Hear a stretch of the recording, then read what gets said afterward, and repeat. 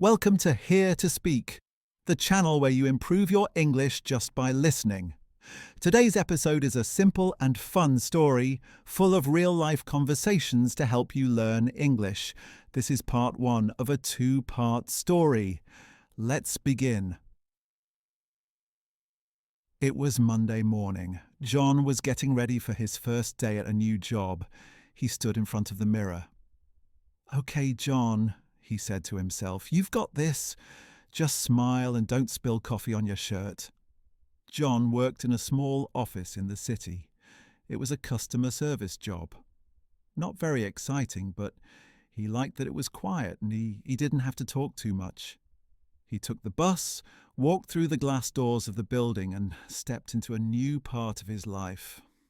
Inside the office, everything looked clean and bright. There were rows of desks, computer monitors, and a coffee machine that made strange noises.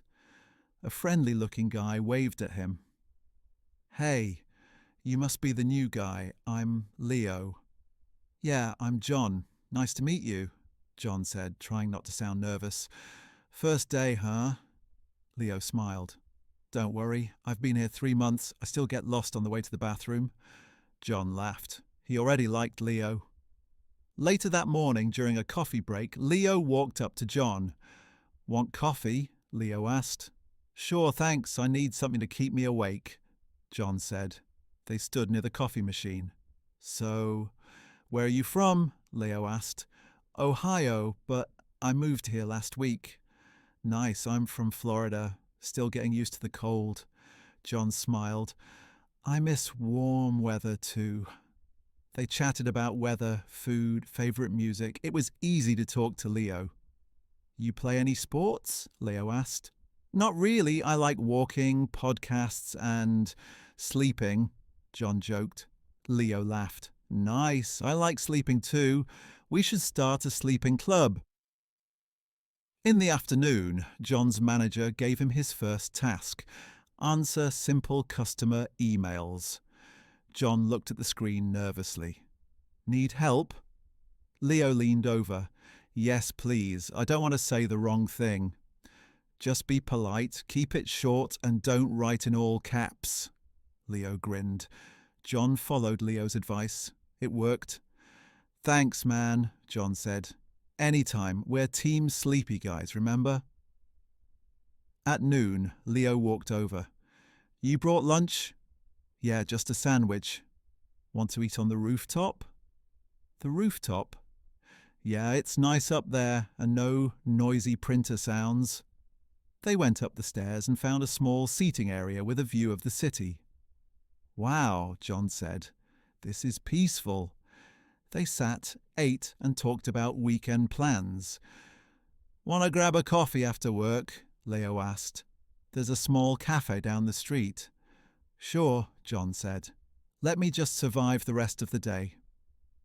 At 5 p.m. they left the office. "So, did you survive?" Leo joked. "Yes, barely," John replied. "But thanks to you, it was better than I expected." They walked down the street and found the cafe, small, cozy, with the smell of fresh coffee and soft music playing. "This place is great," John said. "Yeah, I come here when I need to think," Leo said, "or when I need cake." They ordered coffee and sat down. "You know," John said, "I was really nervous about this job. New city, new people, everything." Leo nodded. "I get it. I felt the same way. But you're doing great." John smiled. "Thanks. I'm glad I met you." "Same here. Friends." Friends. Leo and John were still sitting at the cafe after work. The coffee cups were empty, and they had just finished laughing at a silly joke about office printers. Leo leaned forward. "Hey, I have an idea," he said. "Oh no," John replied, half smiling. "That look means trouble." "No, really," Leo grinned. "There's this evening English class near my place, super casual. You'd love it." "English class?" "Yeah, it's not serious, just fun conversation stuff. I go there once a week. Sometimes we just talk about food for an hour." John laughed. Do I need an English class? I mean, I speak English. Exactly. That's why it's fun. It's for practice. You get to meet people, talk, laugh, and sometimes there's cake. Cake, huh? You should have started with that. So, you in? John thought for a moment. He had nothing planned for the evening, and honestly, it sounded kind of fun. I'm in, he said. That evening, they walked to a small language centre just a few blocks away. The building was old but colourful, with a chalkboard outside that said, "Tonight's topic, small talk and big laughs." Inside, a friendly woman waved at them. "Leo and new face?" "This is John," Leo said. "He's a pro speaker, but I convinced him to downgrade for the night." "Welcome, John," she said. "I'm Rosa, the instructor/grammar enthusiast/cookie provider." "Nice to meet you," John said. There were 7 other people already in the room, sitting in a circle. Some looked nervous. One older woman had a bright pink notebook. A teenager wore headphones until Rosa gently tapped his shoulder. "All right, team," Rosa said. "Let's warm up. Say your name, where you're from, and something you like to eat." Leo whispered. "I'm going to say chocolate pizza, just to keep things weird." John chuckled. When it was his turn, John said, "Hi, I'm John. I'm from Ohio, and I like pancakes a lot." "Respect," Rosa said. One by one, the others introduced themselves. "I'm Ahmed from Egypt. I like ice cream." "I'm Sophia from Spain. I love tacos." "I'm Mrs. Kim. I'm 72. I like hot dogs." John glanced at Leo. "She's my hero," he whispered. Rosa clapped. "Wonderful. Now let's play 2 truths and a lie. You say 3 things about yourself. 2 are true, 1 is fake." We guessed the lie. It was harder than it sounded. Leo said, "I once ate a whole watermelon." "I can juggle." "I have a cat named Sandwich," Mrs. Kim guessed. "You can't juggle." "Nope," Leo said proudly. "I can't eat a whole watermelon." Everyone laughed. Phew. Rosa passed out some simple role-play cards. "Pair up. You'll pretend to meet at a party and make small talk." John turned to Leo. "So, come here often," he said in a fake deep voice. Leo laughed. "Smooth. I like that." They practiced using questions like, "What do you do for work? Where are you from?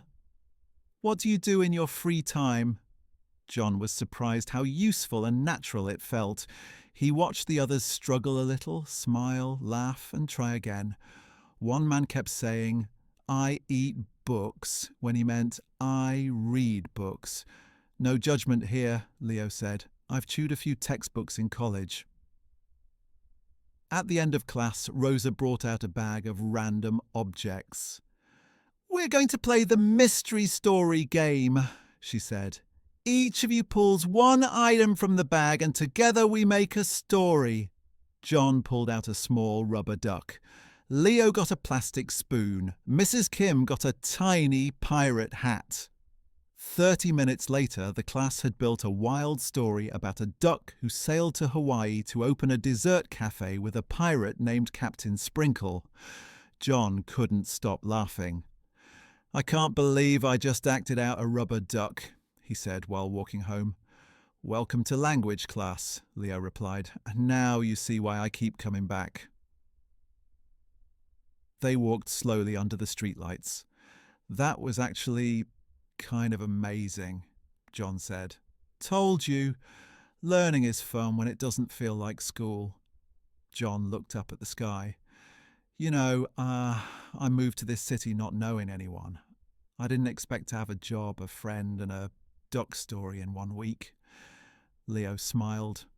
"Let's call it a good start."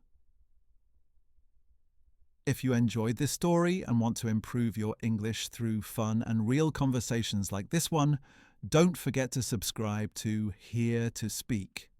We have more stories coming soon, and maybe even more about John, Leo, and Captain Sprinkle. Thanks for listening.